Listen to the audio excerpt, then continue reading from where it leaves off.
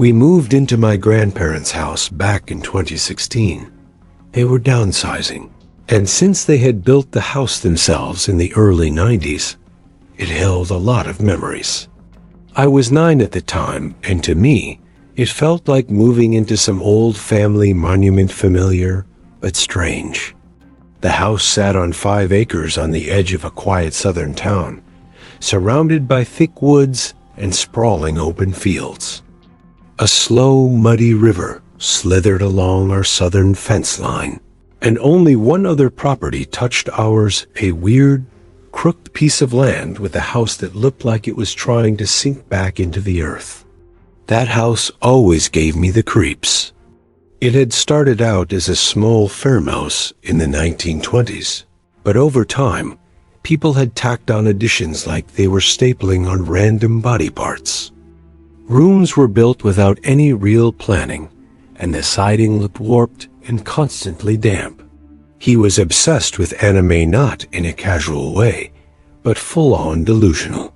He'd yell lines in Japanese, get upset when I didn't laugh or understand, and sometimes he'd get this weird gleam in his eye like he was imagining something violent. She was tall, way taller than anyone else in her family, and heavyset, with thick, curly black hair and glasses that looked straight out of the 80s. But she was different from the rest of them. Her clothes were clean, her hair was always done, and she had this strange, bright energy. When she smiled at me, it felt like she'd been waiting for me to come over. Once, he chased me around the yard with garden shears, laughing like it was a game. She clapped and told me how strong I was, how lucky she was I showed up at just the right time. And in that moment, I felt proud, like she saw something in me. Then she said something that stopped me cold. It smelled like spoiled food, mildew, and something else, something worse that I couldn't even place.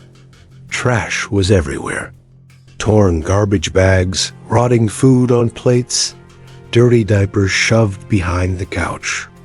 I tried to leave, but Teresa grabbed my wrist and led me upstairs.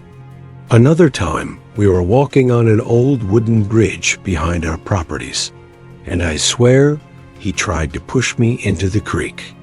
He said it was a joke, but the look on his face afterward, I knew he meant it. Nothing like the rest of the house. She gestured for me to sit on a little cushioned stool in the corner, then walked over to her vanity and opened a drawer, carved into the wood beneath the corner of the rug. She pulled out a silver tray with a black candle, a crystal, and a thick leather-bound book. Even on the hottest days, it looked wet, like it had just rained. I didn't wait for her to say anything. It lets you see the truth. We all have one. I don't know why. Maybe I was curious. Not a physical high, but a spiritual one. It was obvious no one at home was helping them. She told me to come with her, and I did. Maybe it was the way she talked, like she knew a secret. Their voices were garbled, like toddlers, even though they were 7. They flinched easily and always looked hungry. Their dad was in and out of jail, mostly out of the picture. Violet was the quiet one, always on the porch in a faded green rocking chair, just watching the trees. Agnes was more active, sharper, but she moved like her bones hated her. They were both well into their 70s, and the kids were their grandkids. There was a boy named Liam who was my age and in my class, and 2 younger girls named Allison and Kelsey, who were around my little sister's age. The yard was overgrown bushes tangled with vines, broken fountains buried under weeds, headless garden gnomes, and trash that had clearly been there for years. Grocery bags flapped in tree branches, and a rusted lawnmower sat in the middle of the lawn like it had just died mid-job and no one bothered to move it. Every time I walked past it, I held my breath. Living in that house were two elderly sisters, Violet and Agnes, and 3 kids. I'd be in the middle of a video game in my room, turn around, and there he was, just standing there. Now, Liam was weird. Not the quirky kind of weird either. Just off. I didn't like hanging out with him, but because we were in the same class, people assumed we were friends. He took that as an open invitation to show up at my house whenever he wanted. Their clothes were always dirty, and they spoke with thick speech impediments that made them hard to understand. No knocking, no texting. One time, I looked out the window and saw him doing cannonballs into our pool. Another time, he walked straight into our kitchen, opened the fridge, and started eating leftover pizza like he lived there. And when we did hang out, it wasn't fun. The twins were completely different, quiet, almost invisible. Then there was their mom, Teresa. The first time I saw her, she was trying to hook up a hose to the spigot near the edge of our property. She asked if I could help her with the faucet, saying it was stuck. I walked over and turned it easily. "Did you know you have a third eye?" I blinked. "What?" She smiled wider. Before I could ask what she meant, she was already walking back toward her house. But the second I stepped inside that house, it hit me like a wall of rot. Her bedroom. It was like a completely different world. Pink wallpaper, clean carpet, elegant old furniture, shelves filled with porcelain dolls. It smelled like rosewater and perfume. The second I saw the pentagram on the cover, my stomach turned. I was raised Catholic. I knew what that meant. Suddenly, I started noticing it everywhere. On her jewelry box, on the frame of her mirror. I bolted. "I gotta go. My mom wants me home," I blurted and ran.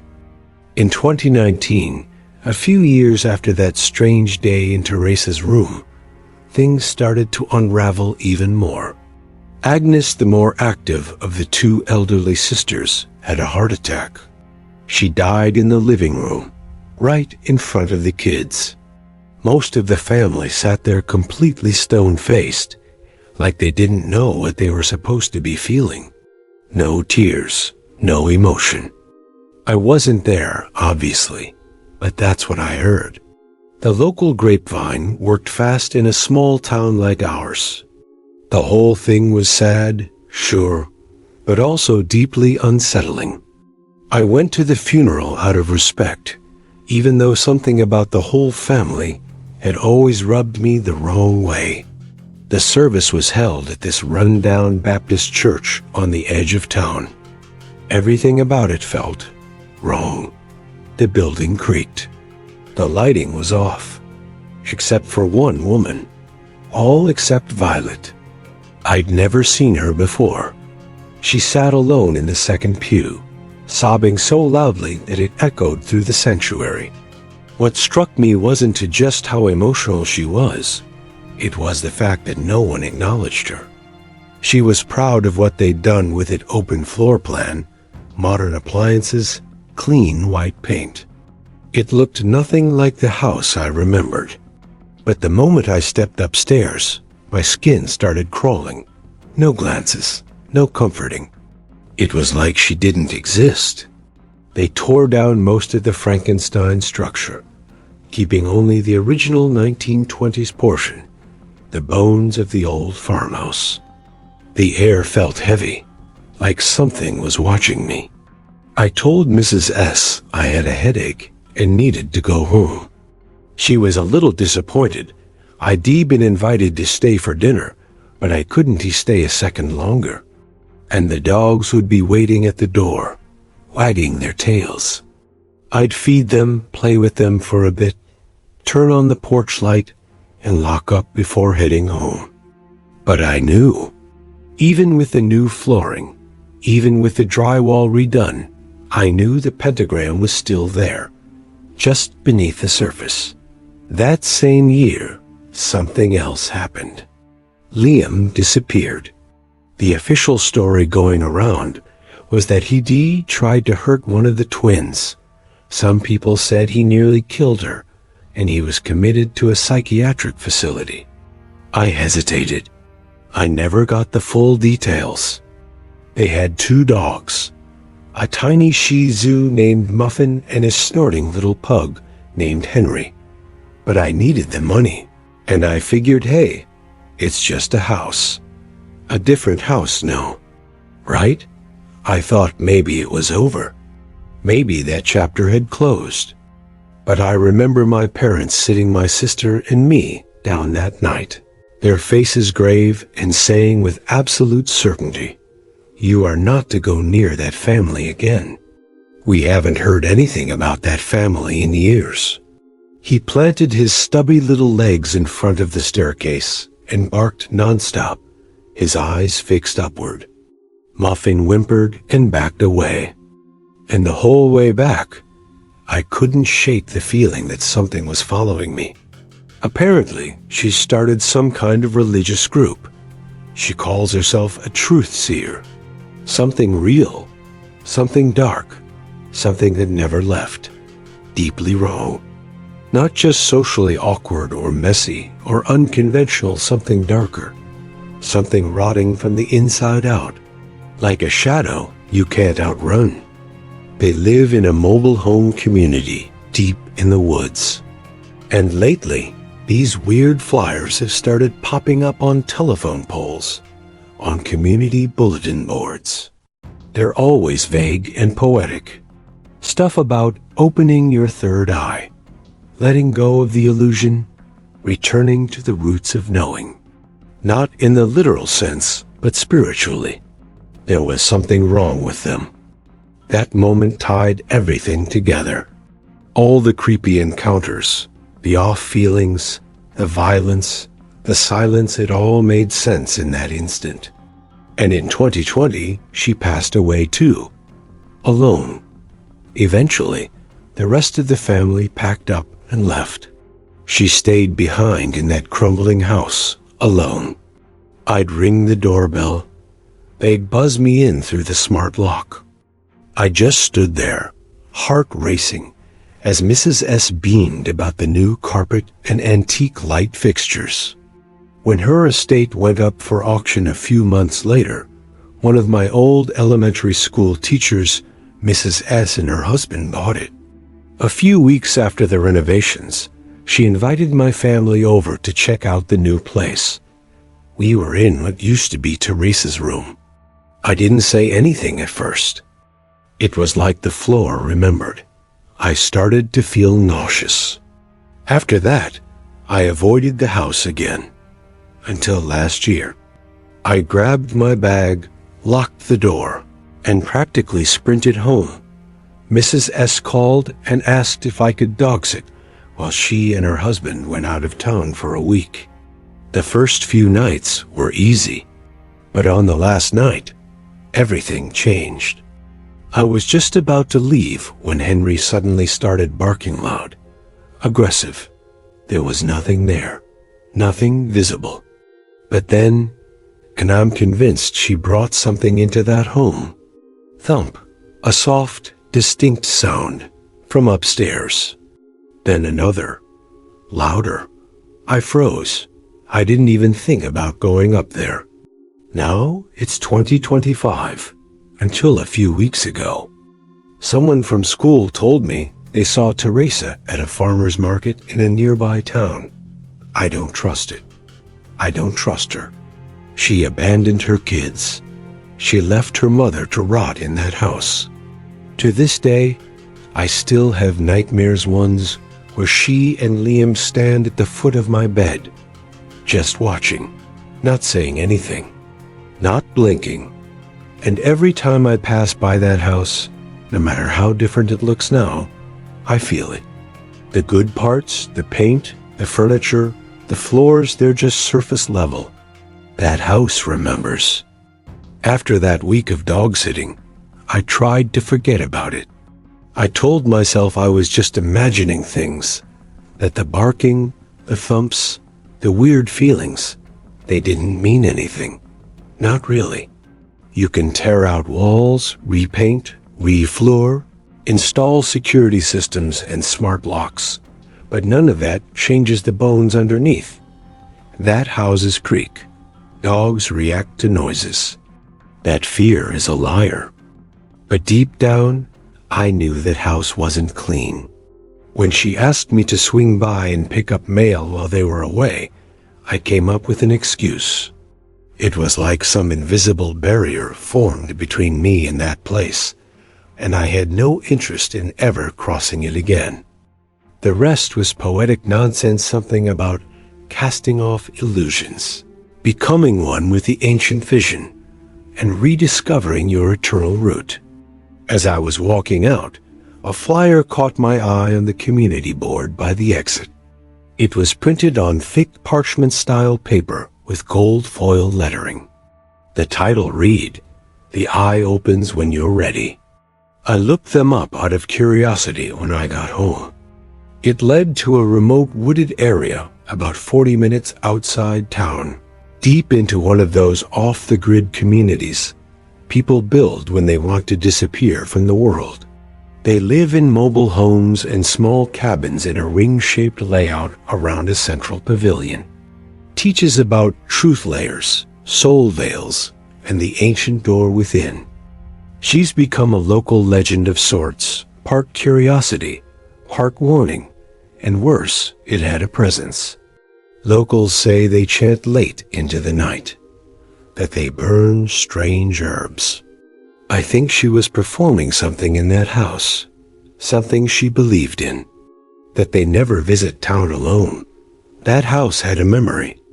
When Mrs. S. invited me to a barbecue in their backyard, I said I was busy.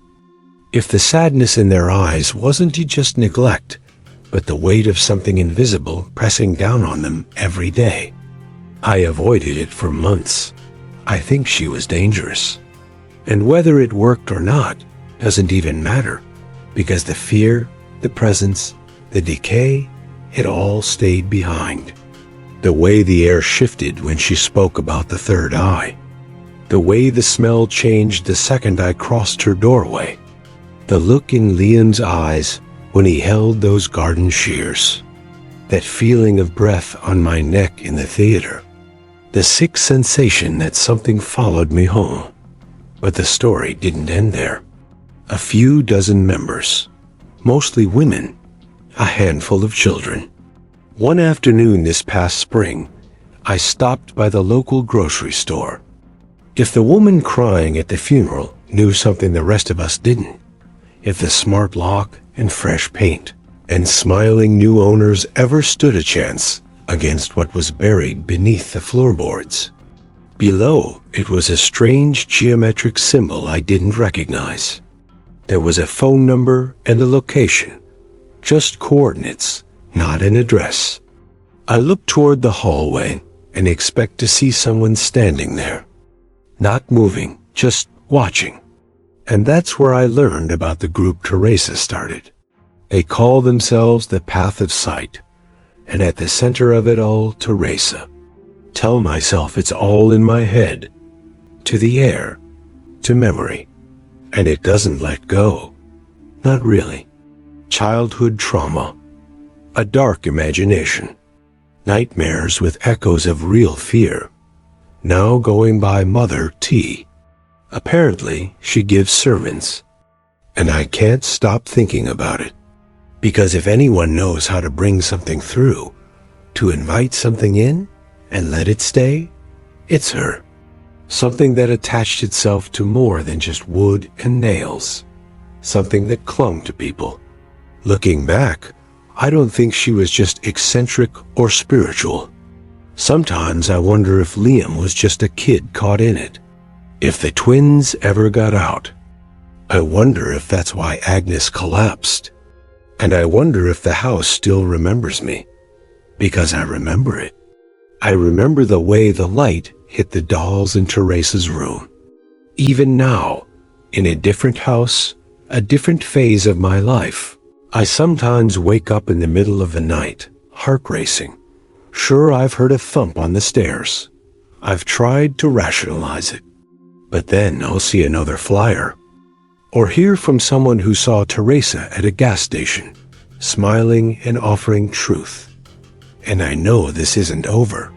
She brought something into that house. It waits, it watches, and sometimes it remembers your name.